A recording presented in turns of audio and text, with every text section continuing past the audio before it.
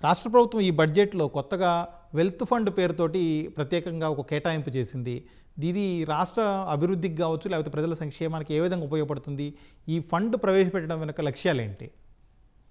క్లియర్‌గానండి. Global concept ఏంటంటేననమాట, ఏదైనా సరే ఒక దేశం గానీ, లేకపోతే ఎక్కడన్నా కొన్ని రీజియన్స్ కూడా సెలెక్ట్ రీజియన్స్ ఇన్ యూఎస్ అవ్వనియండి, కొన్ని కంట్రీస్‌లో గూడా ఏంటంటే, సావరీన్ వెల్త్ ఫండ్స్ అని పెట్టుకుంటాయి.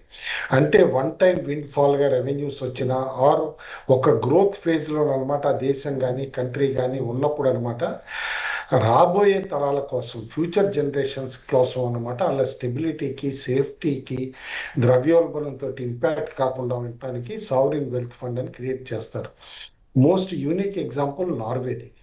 ఎందుకంటే ఎప్పుడైతే అక్కడ ఆయిల్ డిస్కవర్ చేశారో అనమాట నార్త్ సీలో, ఆయిల్ రెవెన్యూ వచ్చినప్పుడు 3 దశాబ్దాల క్రితమేనమాట నార్వే ఒక సావరీన్ వెల్త్ ఫండ్ క్రియేట్ చేసి, అందులో డబ్బులు పెట్టి, ఆయిల్ అమ్మకాల ద్వారా వచ్చిన డబ్బులు అనమాట, క్రూడ్ ఆయిల్ అమ్మకాల ద్వారా వచ్చిన డబ్బులు అందులో పెట్టి, దాన్ని గ్లోబల్లీ ఇన్వెస్ట్మెంట్స్ కింద అనమాట పెట్టడం కానీ, వాళ్ళ కంట్రీలో కంపెనీల్లో ఇన్వెస్ట్మెంట్స్ పెట్టడం కానీ అట్లా చేసి దాన్ని గ్రో చేసుకుంటూ వచ్చింది. ఇవాళ చాలామందికి తెలియదు, అసలు 99% పబ్లిక్కి తెలియదు. కానీ Norway's sovereign wealth fund is today equal to close to 3 trillion funds, $3 trillion అనమాట. అంటే నెక్స్ట్ 30-40 సంవత్సరాలు కూడా ఆ కంట్రీకి ఆదాయం ఏది లేకపోయినా కూడా బతికేయచ్చు. ప్రతి ఒక్కరికి ఎడ్యుకేషన్ ఇవ్వచ్చు, హెల్త్ కేర్ ఇవ్వచ్చు, అంతా కూడా చేయొచ్చు.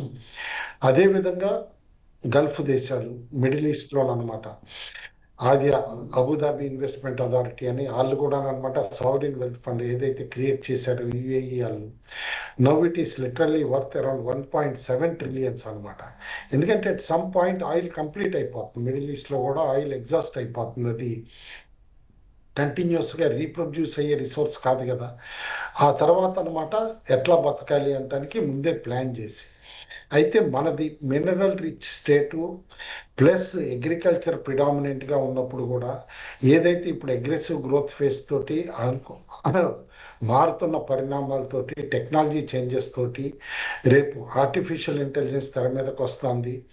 రేపు ఉద్యోగాలు కూడా అనమాట ఫ్యూచర్లో మేబీ నెక్స్ట్ 10 years తర్వాత అనమాట ఏఐ డామినేషన్ తర్వాత ఉద్యోగ కల్పన కూడా డిఫికల్ట్ అవుతుంది, మోర్ మోడర్నైజేషన్ అవుతుంది. కాబట్టి ఏదైతే ఇప్పుడు అగ్రెసివ్ గ్రోత్ ఫేజ్లో ఉన్నావో దీని నుంచి కాస్త ఇన్వెస్ట్మెంట్స్ వెల్త్ ఫండ్ ద్వారా క్రియేట్ చేసి గ్రో అవ్వాలనేదే రాష్ట్ర ప్రభుత్వ లక్ష్యం. This is okay. One of the best ideas ఈ మధ్య కాలంలో మనం కాంటంప్లేట్ చేసింది, అండ్ దేశానికే నిదర్శనం కావచ్చు.